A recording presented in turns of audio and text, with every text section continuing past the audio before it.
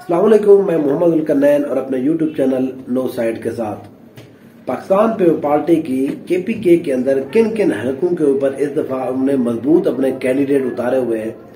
उस हवाले से हमारी जो पहली एपिसोड है वो मेरे चैनल के ऊपर अपलोड हो चुकी है। अब हम इंशाल्लाह दूसरी इसकी जो एपिसोड है वो इसके बारे में बात करते हैं।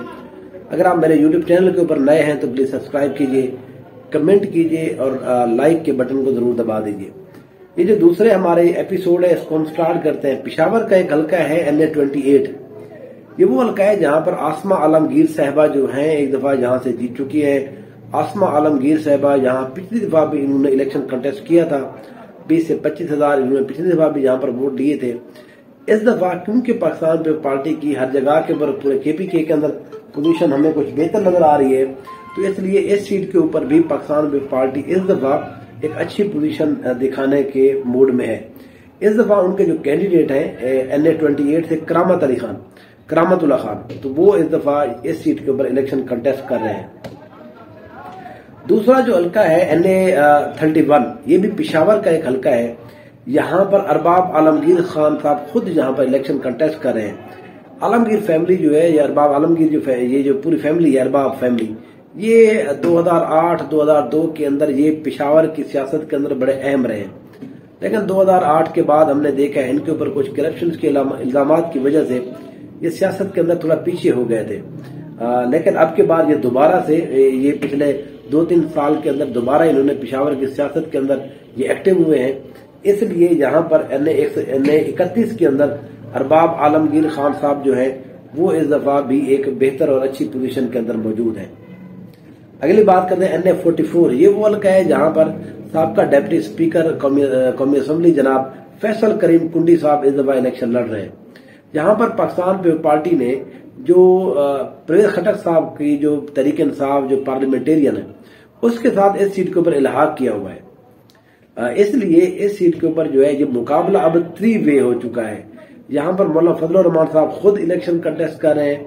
पाकिस्तान तहरीक इंसाफ की तरफ से उनके अहम रहनुमा जनाब फैसल जो अली अमीन गंडापुर है वो यहाँ पर इलेक्शन लड़ रहे हैं। तो यहाँ पर मुकाबला अब 3 कैंडिडेट्स के दरमियान मजबूत मुकाबला है। फैसल करीम कुंडी पिछले 1.5-2 साल के अंदर यहाँ पर बहुत ज्यादा एक्टिव रहे हैं। वो नेशनल पॉलिटिक्स के अंदर भी हमने देखा है पाकिस्तान पीपल्स पार्टी की बिलावल भुट्टो जरदारी के साथ वो ज्यादा क्लोज हुए हैं इस अरसे के दौरान। पहले वो जरदारी साहब के ज्यादा क्लोज थे, अब वो बिलावल साहब के ज्यादा क्लोज हो गए। इसलिए इस सीट के ऊपर भी उनको फ्री हैंड दिया गया था MPA और MNA मुंतखब करने के हवाले से।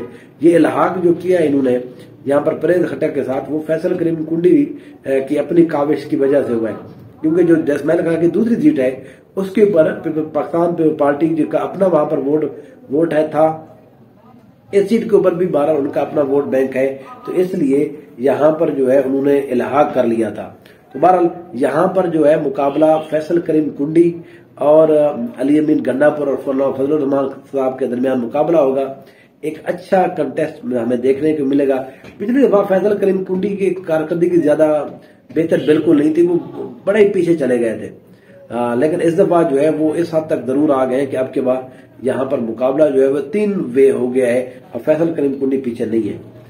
NA37 ये वो हल्का है जहां से पिछली दफा पाकिस्तान पीपल्स पार्टी जो है एक MNA की सीट पूरे केपीके से जीती थी। ये वही हल्का है। ये जिला कुरम है क्योंकि अब ये जिला बन चुका है हमारे 25वीं तरमीम के बाद, आईनी तरमीम के बाद। उसके बाद केपीके जो है वो अब और फाटा जो है वो उसके अंदर मर्ज हो चुका है, तो अब उसको केपीके ही जाना जाता है और डिस्ट्रिक्ट कुरम के नाम से ये जाना जाता है। ये हल्का जो है डिस्ट्रिक्ट कुरम का, यहाँ पर पिछली दफा साजिद अहमद खान तूरी जो है, साजिद खान तूरी वो पिछली दफा मुंतखब हुए थे। यहाँ पर पीपल्स पार्टी के साथ थोड़ा सा इस दफा टफ सिचुएशन इसलिए है, साजिद खान तूरी जो है वो अहले-तशी जो वोट है जहां पर बहुत ज्यादा तादाद में मौजूद है, वो उन वोटर को अपना लीडर उनको मानते हैं। पाकिस्तान तहरीक इंसाफ ने इस दफा एक और प्लानिंग के साथ इस सीट के ऊपर उन्होंने अपना कैंडिडेट खड़ा नहीं किया। इस सीट के ऊपर उन्होंने यहाँ पर इल्हाक किया है मजलिस वहदतुल मुस्लिमीन के साथ। तो यहाँ पर जो अहले-तशी कम्युनिटी है उनका उन्होंने अपने एक और कैंडिडेट खड़ा कर दिया है। तो इसलिए साजिद अहमद तूरी पिछली दफा क्योंकि अहले-तशी वोट जो है वो ज्यादा तकरीबन तक वो साजिद तूरी को पड़ा, इसलिए वो यहाँ से आसानी से जीत गए थे। لیکن اب کے بار کیونکہ LHC کینڈیڈیٹ دونوں ہیں تو اس لیے اس سیٹ کے اوپر جو ہے وہ ایک اچھا اور تگڑا مقابلہ مجھے دیکھنے کو نظر آ رہا ہے۔ اس کے بعد یہ ضلع محمد کی ایک سیٹ ہے، وہاں پر بھی ان کے عبد الوحید خان جو اس دفعہ الیکشن کنٹیسٹ کر رہے ہیں وہ بھی ایک اچھی پوزیشن کے اندر موجود ہے، ان کا وہ ضلع محمد کے اندر ہے۔ آخری جو حلقہ ہے وہ ہے NA37، یہ ہنگو، کم اور اغزئی، پہلے یہ ایک حلقہ ہوتا تھا، اب یہ 2 حلقے ہو گئے۔ یہاں پر جو ہے ملک سعید نور اکبر صاحب جو ہے وہ اس دفعہ پاکستان پیپلز پارٹی کی طرف سے الیکشن لڑ رہے ہیں، جہاں پر ان کا مقابلہ جو ہے غازی غلاب جمال، ڈاکٹر غازی غلاب جمال بڑے مشہور جہاں بندے رہے، وہ ان کے ساتھ ان کا مقابلہ وہ آزاد حیثیت میں ہے۔ JUF کے جہاں پر عبید اللہ خان ہے اور محمد یوسف خان جو ہے، یوسف خان صاحب وہ جہاں پر پاکستان تحریک انصاف کے حمایت یافتہ ہوں گے۔ لیکن اس سیٹ کے اوپر جو ہے ملک سید نور اکبر جو ہے وہ ایک پہلے پہ نہیں تو کم سے کم دوسرے نمبر کے اوپر ضرور موجود ہے، ان کا اس سیٹ کے اوپر جو ہے مقابلہ اچھا ہوگا۔ تو اس طرح سے پاکستان پیپلز پارٹی جو ہے، میرا اپنا یہ خیال ہے کہ KPK کے اندر پچھلی دفعہ ایک سیٹ انہوں نے جیتی تھی، اس دفعہ وہ ایک سے زیادہ سیٹیں جیتیں گے اور ان کو اس دفعہ 7 سے 8 سیٹیں کم از کم جیتنی چاہیے۔